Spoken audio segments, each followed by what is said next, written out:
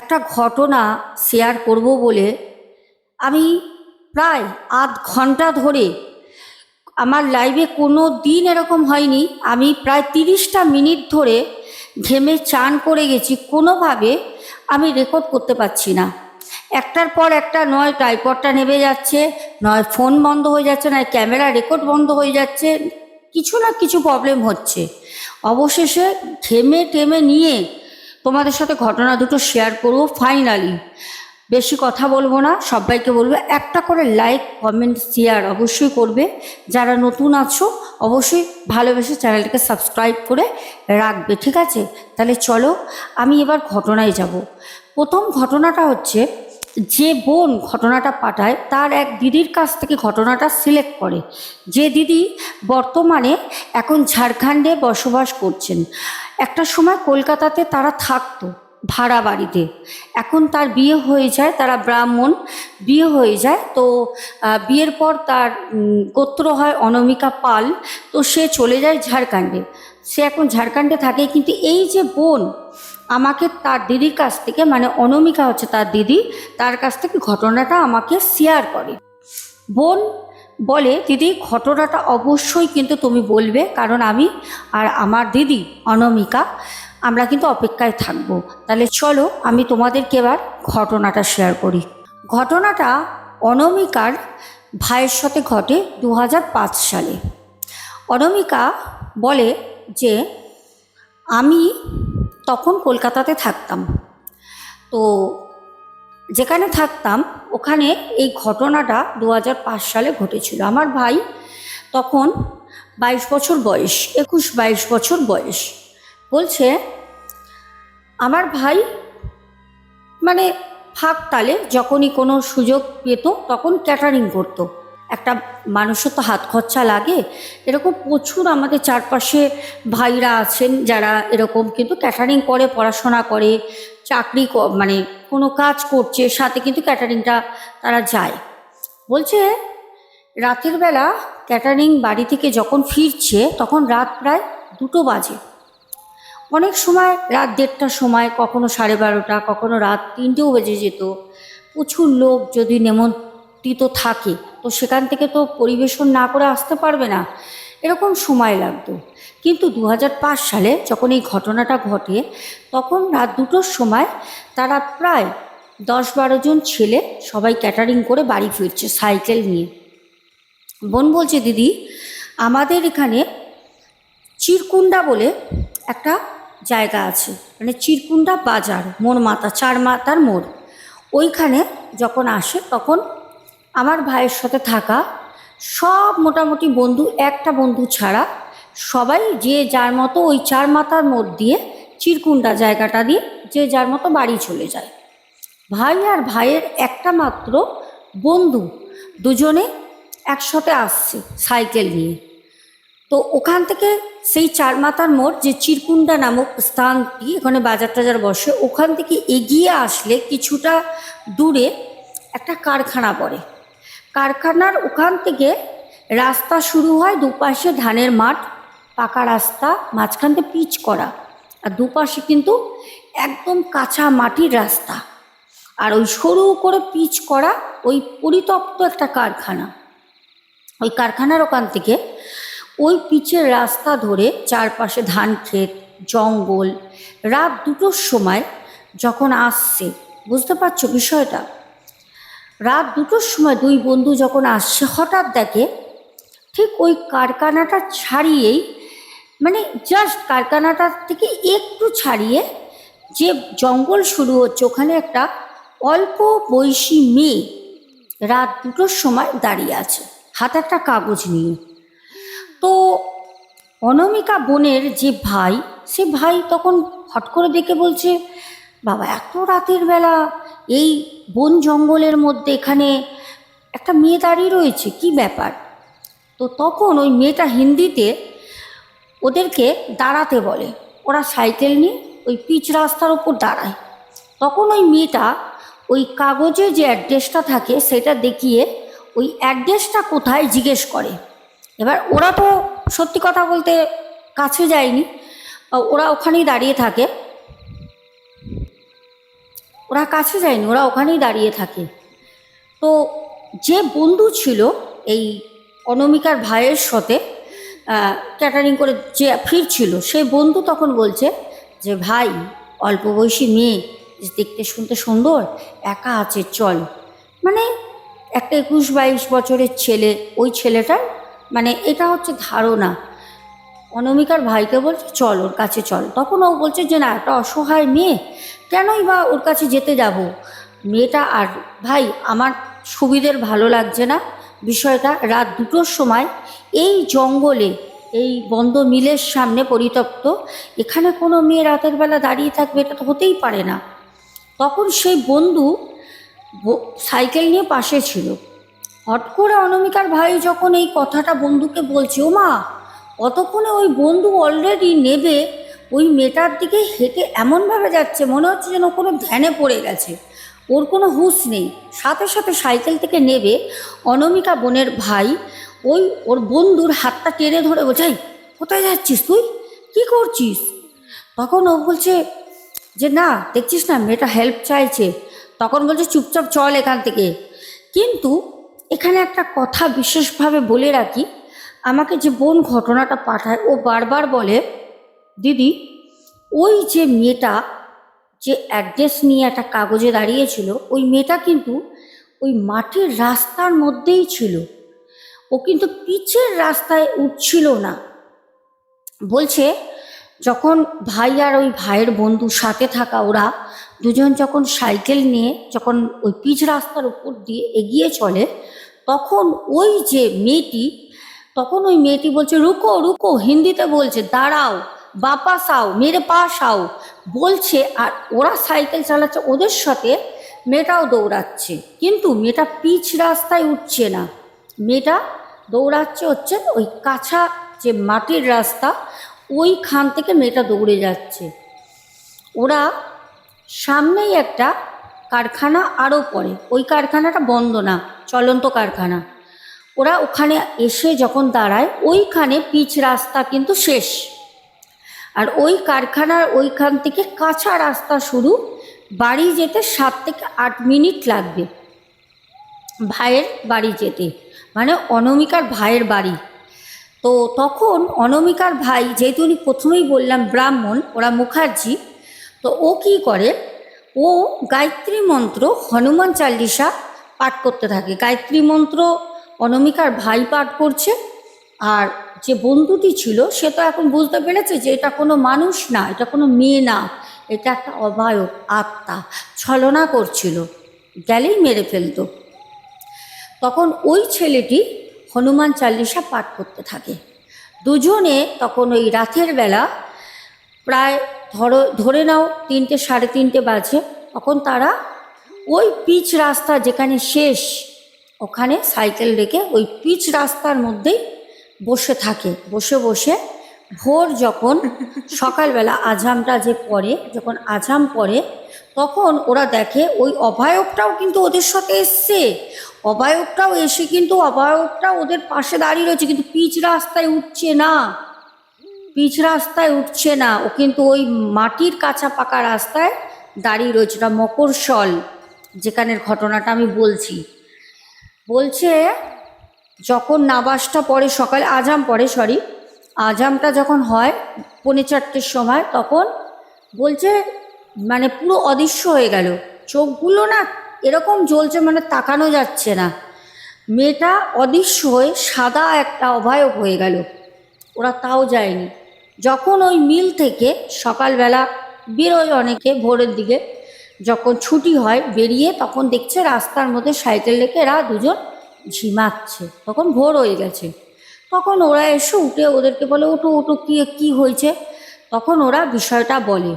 তখন ওইখানে মিলে থাকা লোক যারা রাতে নাইট ডিউটি করে, তারা বলে তোমাদের কপাল ভালো, তোমরা দুজন বেঁচে গেছো। কারণ রাতের বেলা, সন্ধ্যাবেলা আমরাও যখন কারখানায় আসি, তখন এরকম আমাদেরও অনেকবার ওই মেয়েটির সাথে সাক্ষাৎ হয়েছে, সামনাসামনি দেখা হয়েছে। ওরকম অ্যাড্রেস জিজ্ঞেস করে, কাছে গেলেই ও তোমাকে ওর বশে নিয়ে নেবে, নিয়ে ও যেই দিকে যাবে তুমিও সাথে সাথে যাবে, তারপর তুমি শেষ। শেষ হয়েছেও, এরকম হয়েছেও। কিন্তু এখানে একটা প্রশ্ন আমাকে করেছে বোন, যে দিদি আমরা আজও জানি না যে ওই আত্মাটা রাস্তায় কেন উঠিনি, ওই পিচ রাস্তাতে কিন্তু উঠিনি, ওই কাঁচা রাস্তা দিয়েই দৌড়িয়েছে, কাঁচা রাস্তাতেই ছিল। দেখো, প্রথম কথা হচ্ছে যেইটনিক অনামিকার ভাই ব্রাহ্মণ, ওর শরীরে কিন্তু তখন পৈতে ছিল, পৈতে হয়ে গেছে, হতে পারে সেই কারণে উঠিনি, বা হতে পারে অন্য কোনো কারণ আছে যেটা আমাদের কাছে পুরোটাই অজানা, যার কোনো জ্ঞান আমাদের নেই। হতে পারে, কারণ ওখানে সবাই বলেছে ও কিন্তু ওই পিচের রাস্তায় উঠে কারোর কাছ দিয়ে হেল্প চায় না, ও কিন্তু ওই মাটির রাস্তা কাঁচা পাকা ওখানেই দাঁড়িয়ে থাকে জঙ্গলের ধারে। এটা ছিল আমাদের পাঠানো, আমাদের বোনের সত্য একটি ঘটনা। বোন দুটো ঘটনা পাঠ করে আমাকে শোনায়। একটি ঘটনা আমি শেয়ার করলাম, দ্বিতীয় ঘটনাটি আমি অন্যদিন বলবো। একটি ঘটনা নিলাম কারণ প্রচুর ঘটনা আসে তো, এবার সবার ঘটনা যদি অ্যাডজাস্টমেন্ট না করি সবাই রাগ করে। বোনও দুদিন ধরে আমাকে বলছিল। তো আরেকটি আমরা পরের ঘটনায় যাব, সবাইকে বলবো ঘটনাটি পুরো মন দিয়ে শোনো, কমেন্ট করবে, তোমাদের কমেন্ট করতে খুব খুব ভালো লাগে। গরমে এত কষ্ট করে তোমাদের জন্য ঘটনাগুলো পাঠ করি, তোমরা কমেন্ট করলে এটাই তো পাও না। সাথে থেকো, চ্যানেলটাকে সাবস্ক্রাইব করে রেখো, লাইক করতে কিন্তু ভুলবে না, লাইক করে দিও। দ্বিতীয় ঘটনায় যাব। দ্বিতীয় ঘটনাটা ঘটে হচ্ছে কি কুকুরকে নিয়ে। যে ভাই ঘটনাটা পাঠায়, ভাই বলে দিদি তখন আমার বয়স হচ্ছে 21 বছর, আজ থেকে প্রায় 2 বছর আগের ঘটনা, মানে 2023-এর ঘটনা, 3 বছর। বলছে দিদি 2023-এ আমি আমার পিসির বাড়িতে ঘুরতে যাই। যখন পিসির বাড়িতে যাই, যখনই যেতাম 2023-এর আগেও যখন গেছি, পিসি সবসময় বলতো, আমি বিশেষ করে সাঁতার পারি না, পিসি জানে, পিসি বলতো পুকুরের ধারে যাবি না। আর পুকুরের ধারে বলতে পিসির বাড়ির একদম পেছনে একটা পুকুর ছিল, যেই পুকুরটা লোকে ব্যবহার করতো না, স্নান টান করতো না, কারণ ওই পুকুরে না যত ময়লা আবর্জনা ডাস্টবিন সব নোংরা ফেলতো, গাছ গাছালি চারপাশে ভর্তি, কেউ পরিষ্কার করতো না, ওখানে প্রশাসনও ওই পুকুরে কেউ নামতো না। আর ওই পুকুরটা ছিল প্রচণ্ড গভীর, খুব ডিপ পুকুর, কারণ প্রচুর ছাগল গরু মারা গেছে ওই পুকুরে, মানুষও মারা গেছে অনেক আগে। তো আমার পিসি গেলে আমাকে বলতো ওই পুকুরের ধারে কাছে যাবি না। আমি সত্যি কথা বলতে যেতামও না। কিন্তু 2023-এ যখন পিসি নতুন ঘর বানিয়েছিল, যখন প্রথম আগে যেতাম, তখন পিসির ওই একটা বড় ঘর ছিল, একটা ছোট রান্নাঘর ছিল, ওই একটা ঘরের মধ্যে ওপর নিচ করে বাবা মা পিসি, পিসি তো কেউ ছিল না, পিসমশাই অসুস্থ হয়ে মারা যান, পিসি একা থাকতেন, ছেলে বিয়ে করে বাইরে থাকে পিসির ছেলে, পিসি একাই থাকতো, উপর নিচ করে শুতাম। পিসি পরে ওই কিছু লোন ঠোন নিয়ে একটা ঘর করেছিল ওই পুকুরের দিকে, পেছন দিকে জায়গা ছিল ওদিকে। যখন আমি 2023-এ একাই যাই, বড় হয়ে গেছি, 21 বছর বয়স, যখন যাই তখন পিসি আমাকে পেছনের ঘরে থাকতে দেয়। রাতের বেলা আমি যখন ঘুম আসছে না, শুয়ে আছি, নতুন ঘর করেছে, পিসি বলে যা ওই ঘরে গিয়ে তুই থাক। আমি ওই ঘরে গিয়ে যখন শুয়ে আছি, আনুমানিক তখন রাত 12:30 একটা বাজে। মনে হচ্ছে যে ওই পুকুরে বসে পুকুর পাড়ে কেউ বাসন মাজছে, বাসন টাসন যেরকম মাজলে একটা আওয়াজ হয় ছনমন ছনমন করে, এরকম আওয়াজ হচ্ছে। তো ভাই ভেবেছে যে পিসি মনে হয় বাসন মাজতে গেছে পুকুরে। পিসি মানে ভাইয়ের অত মনে নেই তো, এবার অনেকে তো পুকুরে বাসন টাসন মাজে, ভাইয়ের বাবাও পুকুর আছে ওখানে বাসন মাজে, তার মা, তো ভেবেছে হয়তো পিসি ওখানে বাসন মাজছে। ও আবার কি করেছে, উঠে বাইরে বেরিয়েছে, বেরিয়ে যেই দিক থেকে আওয়াজটা আসছে ওই দিকে ও যায়, পেছন দিক দিয়ে ঘুরে গেছে, গিয়ে দেখছে একটা পিসিরই মতো লাগছে, একটা বউ বসে আছে, মাথায় না ঘোমটা টানা। কিন্তু পিসি তো মাথায় ঘোমটা কার জন্য দেবে, স্বামী নেই, বাড়িতে বড় কেউ থাকে না, আর রাতের বেলা এত রাত্রে 12:30 একটা বাজে বাসন মাজবে মাথায় ঘোমটা দিয়ে, এটা কি স্বাভাবিক? তো ভাই দেখছে মাথায় ঘোমটা দিয়ে কেউ যেন বাসন মাজছে, আর ভাইয়ের দিকে পেছনটা। ভাই না তখন বলছে যে এত রাতে পিসি বাসন মাজছে, কিন্তু পিসি মাথায় ঘোমটা দিয়ে আছে কেন? ও না তড়িঘড়ি করে ওই ঘরে এসছে, একটা শোকেসের মধ্যে ওই তোমার আয়না, চিরুনি, তারপরে ব্রাশ, পিসি সব ওগুলো রেখে দেয়। আর ওখানে টর্চ দেখেছিল, একটা ছোট টর্চ, ওটা টর্চটা নিতে এসছে। যখন টর্চটা নিতে বাইরে বেরোয় তখন দেখছে কী ব্যাপার, টর্চ নিয়ে গিয়ে যখন টর্চটা ফেলে তখন দেখছে একটা মহিলা আলো মাথায় ঘোমটা দিয়ে বসে রয়েছে, কিন্তু টর্চের আলোটা তাকে ভেদ করে পুকুরের অন্য পাড়ে গিয়ে পড়েছে। ভাই এটা দেখে না ও বারবার করে টর্চটা ঘুরিয়ে ঘুরিয়ে ভাবছে যে যদি পিসি বা কোনো মহিলা গ্রামের যদি বসে থাকে তাহলে তাকে ভেদ করে টর্চের আলোটা অন্য জায়গায় পড়বে কি করে, তার মানে এটা মানুষ না। ও ভয়তে দৌড়ে ঘরে এসে তখন পিসি পিসি ও পিসি করে ডাকে। এবার পিসি তো পিসির ঘরে ছিল, পিসি তখন বেরোয়। পিসি বলছে কী রে বাবা, রাতের বেলা কি হয়েছে? তখন বলছে পিসি আমি না তোমার ওই পুকুরে না কাকে দেখলাম, যে একটা বউ মাথায় ঘোমটা দিয়ে বাসন মাজছিল। তখন বলছে তোকে বলেছি না ওই পুকুরের দিকে যাবি না, কবে থেকে ছোটোবেলা দিয়ে আসিস, এখানটা খারাপ বাবা, তুই ঘরে আয় বলে সাথে সাথে বুকে থুতু থুতু দিয়ে সাথে সাথে লঙ্কা ঠঙ্কা দিয়ে পুড়িয়ে পিঠে 3বার মেরে বলছে চল চল চল তুই শুয়ে পড়। শুয়ে পড়ে। সকালবেলা প্রচণ্ড জ্বর। ভাই বলছে দিদি সকালবেলা আমি বিছানা দিয়ে নামতে পারি না, হাত পা পুরো না আমার ব্যথায় যন্ত্রণায় আমি নাড়তে পারছি না, এত ব্যথা করছে। বাড়িতে এসে আমি কোনো রকম শুয়ে পড়ি। মানে একটু বাইরে বেরিয়েছিল ওষুধ আনতে, পিসির তো মানে বয়স্ক, ও ভাই গেছিল, মানে ও হাঁটতে পারছে না, এসে শুয়ে পড়ে। বলছে সেই দিন রাতে আমি যখন ওই ঘরে শুয়ে রয়েছি, পিসি আমাকে 2টো রুটি খাবিয়ে দেয় আলুর তরকারি দিয়ে, আমি আর কোথাও বেরোইনি, ঘরেই ছিলাম। পিসি গাঁঠা মুছিয়ে দেয়। বলছে মাকে ফোন করে বলি, মা বললো কালকে আমি যাব বাবার সাথে, তোকে নিয়ে চলে আসব, এখানে এসে কোনো জায়গায় নিয়ে যাব, থাকতে হবে না। মা তো কান্নাকাটি করছিল। পিসি বললো চিন্তা করিস না, কিছু হবে না, আমি তো এত বছর আছি। ও হয়তো ভয় পেয়েছে, সবাই তো সব কিছু সহ্য করতে পারে না দেখে বা শুনে। বলছে কি বলবো, মানে একটা অদ্ভুত ব্যাপার, সেটা হচ্ছে রাতের বেলা ও তো আর যায়নি, আওয়াজ পাচ্ছে আবার বাসন মাজার, রাতের বেলা আওয়াজ হচ্ছে, কেউ বাসন আবার মাজছে। ওর তো ভয়তে রাতে ঘুম নেই, ও ভাবছে কখন মা আসবে আমি সকালবেলা বাড়ি যাব। বলছে দরজায় এসে মানে জানলার যে পাল্লা বন্ধ করে শুয়েছে, গরমকাল, বলছে পাল্লায় এসে কেউ টোকা দিচ্ছে। আর ওর নাম হচ্ছে আকাশ। আকাশ, আকাশ আয় বাইরে আয়, আকাশ আমি তোর জন্য অপেক্ষা করছি, এরকম যখন ডাকে তখন না ও চিৎকার করে কাঁদতে কাঁদতে 21 বছরের একটা ছেলে পিসিকে এসে জড়িয়ে ধরে পিসিকে বলে পিসি দেখো আমাকে কেউ আমার নাম করে ডাকছে। পিসি তখন সাথে সাথে একটা বালতির মধ্যে মুড়ো ঝ্যাঁটাটা চুবিয়ে ওই ঝ্যাঁটার জল নিয়ে পুরো বাইরে, ওই রাতের বেলা পুরো বাইরে ওই ঝ্যাঁটার জল আর গোবর ছিল, গোবর দিয়ে পুরো বাড়ি ওই বারান্দা থেকে শুরু করে পেছনের জানলা থেকে পুকুর পাড় দিয়ে পুরো ছড়িয়ে দেয়। দিয়ে বললো শো, আর কিচ্ছু হবে না, তুই শো। আর রাতের বেলা কিচ্ছু হয়নি। পরের দিন যখন মা বাবা যায় তখন নিয়ে চলে আসে।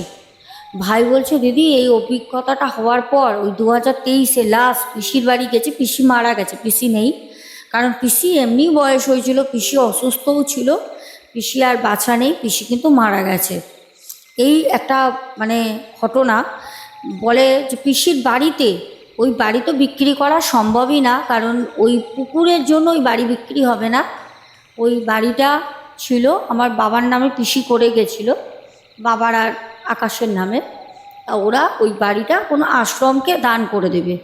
বলছে দিদি আমরা প্রথমে ভেবেছিলাম যে আমরা কোনো প্রমোটারকে দিয়ে দেবো, কারণ আগে 2023 থেকে এখন 2026 অনেকটা পরিবর্তন হয়েছে, কিন্তু ওই পরিবর্তন হলেও হয়তো বাড়ি ঘর অনেক কিছু হয়েছে, ওখানে বড় বড় বিল্ডিং হয়েছে, সব হয়েছে, কিন্তু ওই পরিবেশটা পিসির বাড়ির এখনও ভৌতিক ভয়ঙ্কর। ওখানে গেলে এখনও দুপুরবেলা যদি একা থাকো ভয় গায়ে কাটা দেয় এখনো পর্যন্ত। আর রাতের বেলা তো পসিবলই না, রাতের বেলা ওখানে থাকা পসিবল না। ওখানে না জানে রাতের বেলা কত রকম চিৎকার, বাসনের শব্দ, মনে হয় পেছন দিকেও দৌড়াদৌড়ি করছে, কখনো গরু ডাকে, কখনো ছাগল ডাকে, কখনো বিড়াল কাঁদে, নানা রকম শব্দ সারা রাত ওখানে হতে থাকে। এখনও ওই জায়গা, ওই বাড়ি তালা মারা, জঙ্গলে ভরে গেছে। এমনি তো মানে পুকুর যেন ওই বাড়িটাকে গ্রাস করে নিচ্ছে। পুকুরটা তো এমনি ডিপ, অনেক বড়, তার মানে জঙ্গলে পুরো ভর্তি ছিল। এখন যেন পুরো বাড়ি আর ওই পুরো মানে জঙ্গল আর পুকুর সব যেন এক হয়ে গেছে। এই ছিল আমাদের ঘটনা। দর্শক বন্ধুরা, ঘটনাটা কেমন লাগলো অবশ্যই কিন্তু জানিও।